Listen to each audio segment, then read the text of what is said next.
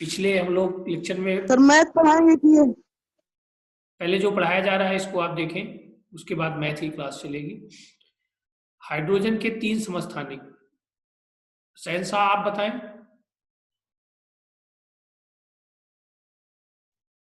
Sir protium, deuterium, tritium. Very good. तो देखिए समस्थानिक के बारे में हम लोगों ने पढ़ लिया है। अब हम लोग संभारी के बारे में पढ़ेंगे। ठीक है, समस्थानिक हो चुका है और संभारी के बारे में हम लोग देखते हैं कि संभारी क्या होता है। देखिए शब्द से ही आप लोगों को पता चल रहा हो, संभारी मीन्स सम माने बराबर भार हो, यानी से द्रव्यमान से मतलब रहेगा। द्रव्यमान भार में अंतर होता है, मैंने पहले भी बात किया था आप लोगों से। तो देखिए किसी तत्व के वे परमाणु जिनका परमाणु भार समान होता है परंतु परमाणु संख्या भिन्न होती है, संभारिक कहलाते हैं। इसको अंग्रेजी में आइसोबार्स बोलते हैं जो है, यानी इसमें परमाणु भार क्या हो, इसका समान होना चाहिए। वही द्रव्यमान संख्या, द्रव्यमान संख्या क्या होनी चाहिए, बराबर होनी चाहिए। और परमाणु संख्या क्या होनी चाहिए, भिन्न भिन्न होनी चाहिए। तो ऐसे तत्वों को हम लोग क्या कहेंगे, परमाणु के संभारिक कहेंगे। देखिए नीचे हम लोगों ने कुछ उदाहरण भी ले रखा है। देखिए यहाँ आर्सेनिक आपको दिया गया है जिसका परमाणु क्रमांक कितना है, 18, और इसका परमाणु भार मीन्स द्रव्यमान संख्या कितनी है, 40। 40। तो अब देखिए इसमें अगर मैं आप लोगों से पूछूं कि भाई प्रोटॉनों की संख्या कितनी होगी, प्रोटॉनों की संख्या किसके बराबर होती है, परमाणु क्रमांक परमाणु क्रमांक के बराबर होती है।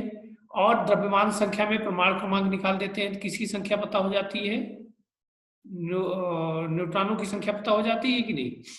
तो आप देखिए ये तीनों तत्व तो आपको दिए गए हैं आर्सेनिक में, द्रव्यमान संख्या तीनों का देखिए बराबर है कि नहीं, यानी इसकी द्रव्यमान संख्या क्या है, बराबर है, यानी ये क्या है, संभारी है। और इनके भिन्न क्या है, देखिए इसका परमाणु क्रमांक कितना है, 18, इसका 19, इसका 20 है। तो परिभाषा में ऐसे तत्व क्या कहलाते हैं, संभारिक कहलाते हैं। ऐसे तत्व जिसके परमाणु भार समान हो परंतु परमाणु क्रमांक क्या होने चाहिए, भिन्न हो, तो ऐसे क्या कहलाते हैं, संभारिक कहलाते हैं तत्व। आप इसमें आराम से आप देख सकते हैं, इस पर हम लोगों ने क्वेश्चन भी किया था काफी।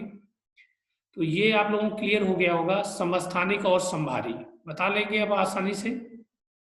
समस्थानिक में क्या था, उसमें परमाणु क्रमांक समान था और परमाणु भार मीन्स द्रव्यमान संख्या क्या थी, भिन्न भिन्न थी। और यहाँ क्या हो रहा है, परमाणु भार समान है और परमाणु संख्या भिन्न भिन्न है। तो दोनों में अंतर आप स्पष्ट कर सकते हैं आसानी से। देखिए आप लोगों के लिए कुछ सवालें इसी पर आधारित हैं, ये आपको घर पे करना होगा। जैसे देखिए इसमें पहली सवाल आपको दिख रही होगी, किसी तत्व की परमाणु संख्या 17 है तथा परमाणु भार 35 है। परमाणु भार मीन्स द्रव्यमान संख्या, वही 35 है, तो न्यूट्रॉनों की संख्या कितने लोग ज्ञात कर लेंगे इसको। परमाणु भार मीन्स द्रव्यमान संख्या दी गई है और परमाणु संख्या दी गई है, परमाणु क्रमांक कितना आएगा, कर लेंगे। कितना आएगा इसमें न्यूट्रॉनों की संख्या, ओरल बताइए। 18। 35 में 17 घटाएंगे तो 18 आएगा। 18। हाँ वेरी गुड। तो 18 सर। हाँ इसमें देखिए आगे भी दिया गया है 11 परमाणु क्रमांक दिया गया है और द्रव्यमान संख्या कितनी दी गई है, 23 दी गई है। तो नाभिक में न्यूट्रॉनों की संख्या आराम से ज्ञात कर सकते हैं। चलिए इसको आप घर पे करिएगा, अभी आपको व्हाट्सएप ग्रुप पे डाल दिया जाएगा। चलिए आगे हम लोग बात करते हैं संयोजकता, बैलेंसी क्या चीज है। देखिए संयोजकता, बैलेंसी शब्द का प्रयोग सर्वप्रथम फ्रैंकलैंड ने किया, सन 1852 में किया था। ये आप ध्यान रखिएगा, संयोजकता शब्द का प्रयोग सबसे पहले किसने किया था, फ्रैंकलैंड। सर आवाज नहीं आ रही है। अब जाएगी बेटा आवाज, थोड़ा सा नेटवर्क बीच बीच में इशू आ जाता है। संयोजकता, अब जा रही है आवाज। Yes sir. हाँ, संयोजकता बैलेंसी शब्द का प्रयोग सर्वप्रथम किसने किया था, फ्रैंकलैंड, याद रखिएगा 1852 में। इन्होंने बताया कि तत्वों के परमाणुओं की संयोग करने की क्षमता, संयोजकता को इन्होंने क्या बताया, तत्वों के परमाणुओं के संयोग करने की क्षमता के लिए किया इन्होंने। और वैलेंसी शब्द लैटिन भाषा के वैलेंटिया शब्द से हुआ है, जिसका अर्थ होता है क्षमता या सामर्थ्य। ठीक है, तो अब देखिए इसको आप दूसरे शब्दों में भी कह सकते हैं, किसी तत्व की संयोजकता उसकी रासायनिक संयोग करने की क्षमता अर्थात संयोजन क्षमता को प्रदर्शित करती है। इस हिसाब से एक परिभाषा हम लोग याद कर सकते हैं। परिभाषा इसकी होगी, किसी तत्व की संयोजकता हाइड्रोजन के परमाणुओं की वह संख्या है जो उस तत्व के एक परमाणु से संयोग करती है। देखिए आगे उदाहरण में हम लोग देखेंगे, क्योंकि बेटा आप लोगों को सिलेबस में बहुत थोड़ा दिया गया है, नहीं तो हम लोग ये जो इलेक्ट्रॉनों का वितरण हुआ है हर कक्षाओं में, ये भी आप 9th या 10th में पढ़ेंगे, तो आप लोग समझेंगे, तो उसके लिए मैं अलग से आप लोगों को बता दूंगा। तो फिलहाल वो सिलेबस में अभी नहीं है आपके, नहीं संयोजकता आपको क्लियर हो जाती है कि किसकी संयोजकता कितनी होगी जो है, तो इसकी परिभाषा आप लोगों को क्लियर हो रही होगी।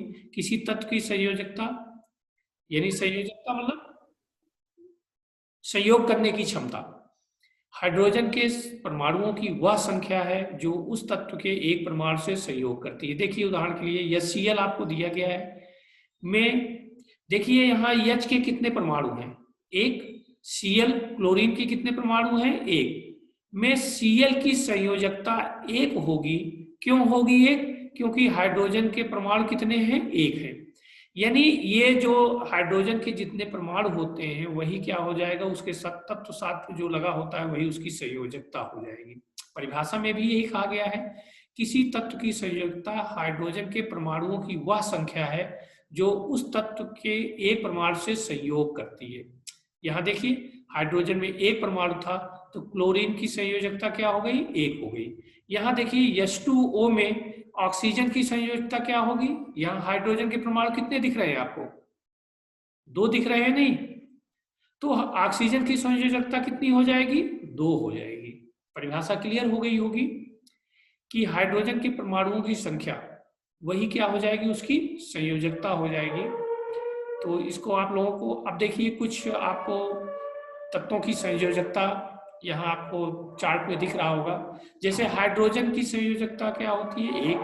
कार्बन की 4, सोडियम की 1, ऑक्सीजन 2, मैग्नीशियम की 2, की 2, ऐसे तत्वों की आप दो। बहुत सारी संयोजकताएं आप लोगों को दिखेंगी जो है, इसमें सब तत्वों की अलग अलग होती है। और इसको थोड़ा सा डिटेल में हम चाहेंगे तो अलग, आप लोग चाहेंगे तो अलग से भी इसको बताया जा सकता है कि परमाणु में जो इलेक्ट्रॉन का वितरण कैसे हुआ है, ये हम लोग भी देख लेंगे चाहेंगे तो ये आप लोगों को काफी हद तक क्लियर हो गया होगा, कोई दिक्कत इसमें। चलिए आगे हम लोग बात करते हैं जो है